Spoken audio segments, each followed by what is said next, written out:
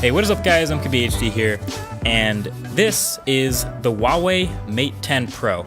It's another one of those phones that you've either heard a lot about or you've never heard of it at all. For a lot of people, this isn't even on the radar. It's brand new, hasn't come out yet in the US, so it's not in any stores, it's not on any carriers, it's from a brand you may not have ever heard of, it's just super uncharted waters. But in the tech community, if you follow pretty much any tech YouTuber or any site, it's showed up in some form, in some post of one of the best phones of last year. Basically, Huawei is already really popular in a lot of Asian markets, but they also have a big media budget and they're trying to expand and make their first big splash in the United States. And this is the phone that they've chosen to make that splash. So I've got one and I've used it. And the question now is it for those 800 bucks you'll pay for it, is it worth it over the other main players that are already established in the US for like the HTC U11s or the Samsung Galaxy S8s or S9s or LG V30s? Let's find out. So first of all, aesthetically, everything on the outside, Huawei has adapted well to this, basically what the market seems to expect out of a phone in 2018 in the US. It's these glass sandwiches front and back, it's dual cameras, it's metal rails on the sides. In fact, it's built just as well here as any other Samsung phone like the Galaxy S8. Tight tolerances, precision milling, IP67 water resistant, shiny bezels. It's of course really, really reflective. It's a nice contrast actually to most of Huawei's designs from the past couple years. I am feeling this design, maybe not in this color, but I actually do like this design. Unfortunately, being very 2018 also means no headphone jack, which is kind of the way it is. And there's also no wireless charging on this phone. Seems like they could have done it with a mostly glass back, but that's a minor one for me. I've used plenty of phones with no wireless charging. So the only weird thing for the hardware for me is just it kind of looks a little bit weird. I think something about the dual cameras being so separate like that. It's not the fingerprint reader. That's absolutely perfect, and it's extremely fast if you've ever seen it in use. And it's also right where I'd want it in the upper middle back of the phone. So I guess just in terms of looks, I think the big two separate camera rings are a little weird. Luckily, I don't have to look at the back very much.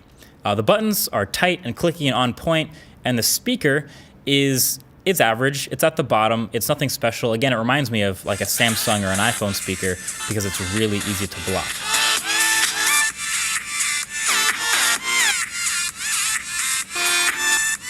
You probably get used to cupping it after a while. So the specs, they are all also up to what you'd expect for the price. It's an 8-core CPU, and this version has 6 gigs of RAM and 128 gigs of onboard storage, and it's fast, but we'll get to the software in a second. It's also rocking a 4,000 milliamp hour battery in a phone this thin, which is pretty impressive. The only other phone that has a battery that big would be the Razer phone, and that's a thick one. But just like the Razer phone, this one has fantastic battery life. I can say this is a winner for the Mate 10 Pro. Also really, really good standby time, which may of course be in part due to the really aggressive closing of background apps, but again, battery life is killer on this thing. And then the display up front, in case you haven't already noticed, is also pretty nice. It's a 6-inch OLED display, so pretty big. I'm a big phone person, so I like that obviously. But even with the display this big, it keeps the bezels pretty small at the top and the bottom, and it keeps one of my favorite old school touches from phones of years past, which is non-rounded corners. I'm not the biggest fan of all these phones rounding all their corners off lately. I prefer keeping it a couple extra pixels, but that's just me. Also, the brightness range of this one is fantastic. It gets way dimmer than most Android phones, and I like to notice that, so using it at night isn't a pain. But it's also plenty bright and sharp and colorful for everyday regular use. So you may be sensing a pattern here. Lots of good hardware, lots of quality parts, well built, but it's just not quite the same. In fact, this phone actually hits on all 5 of my main pillars of a great smartphone. But yet somehow it's not something I could see myself using every day. There, I said it pretty early in the video, but I think the best place to illustrate this is the camera. So the Mate 10 Pro has excellent camera hardware. On paper, it's a primary 12 megapixel sensor, f1.6 aperture with optical image stabilization, and then the secondary camera, a 20 megapixel sensor, also with f1.6 and OIS. So incredible numbers. Sounds amazing on paper, probably best in class, but as we're learning, cameras are more and more about the software and the image processing just as much as the hardware itself. Mate 10 Pro takes pretty good photos, not incredible photos, but pretty damn good ones. So sharpness is great thanks to the OIS, and colors are pretty good, though I find images a bit contrasty, but that could be because I'm more used to the more aggressive HDR from my Pixel 2. Either way though, Pixel 2's camera consistently outperforms Mate 10 Pro in color accuracy and in dynamic range and just the overall range and quality of the photo. Plus it does a much better portrait mode with one camera instead of the two. Now sometimes it looks kind of unfair to compare like anything to the Pixel 2's camera just because it's that far ahead, it's that good. But part of the reason it is that good is because of the software. And I think Mate 10 Pro's camera could be a bit better than it is because of the software. In fact, that's an important sentence. It could be better than it is because of software. That's like a metaphor for this entire phone. The skin on top of Android 8.0 on this phone is EMUI, and it's not subtle. It's a pretty in-your-face skin with a couple of pretty obvious design and functional cues from iOS. I mean, that's just being real. For example, out of the box, there's no app drawer, so your home screen will just kind of look like this, just straight up icons everywhere, plus bloatware that you can't uninstall or hide, so you have to put it in a folder, but it's still on your home screen, like an iPhone. And then the share menu for an image in the gallery for an iPhone looks like this, and then for the Mate 10 Pro, looks like this.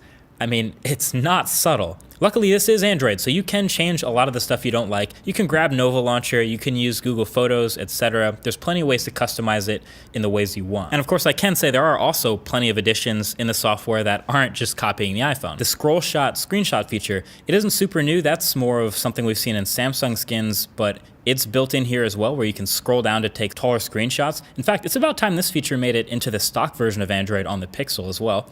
There's also video screen recording built in with a shortcut in the quick settings. It's not the best screen recording, not the smoothest thing in the world, but it's there and it gets the job done.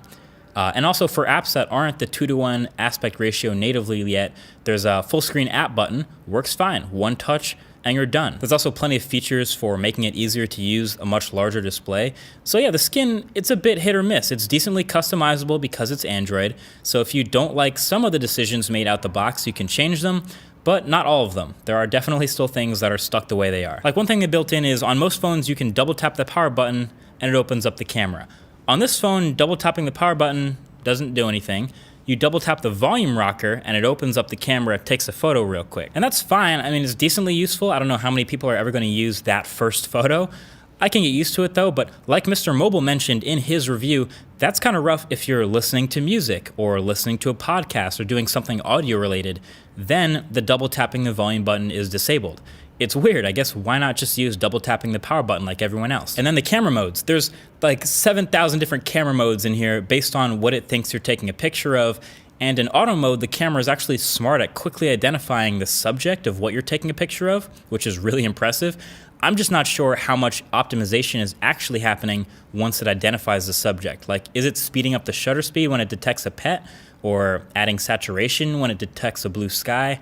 I don't really know, but it would be nice to know that. So, okay, at the end of the day, overall, what's the verdict on Mate 10 Pro? Putting aside all the weird rumors about the Chinese government or the weird quirks about AT&T or Verizon not putting this in stores, is it a good phone? Well, yes, it actually is. It's a really solid phone. But it comes in at $800, so that kind of puts it in a weird place where like you're choosing between this or some of the other main established players like the Galaxy S8 or Galaxy S9 or HTC U11 or LG V30. Like, is there any reason to buy this one? Basically, you should get this phone if you're a big fan of the design or if you just really want to be unique and really don't want to get one of those big main players' smartphones in the same price range. Then again, why wouldn't you? Like, those other phones are obviously quality, but with this one, you still get your A+ battery life, your great display, great build quality, great camera. Basically, whether or not you like this phone will depend on what you think of EMUI. For me, that's a pass. I'm not the biggest fan, and I'll stick with one of the big players. But maybe you have a different opinion. Maybe you're into it. Let me know. Until the next one, thank you for watching. Talk to you guys in the next one. Peace.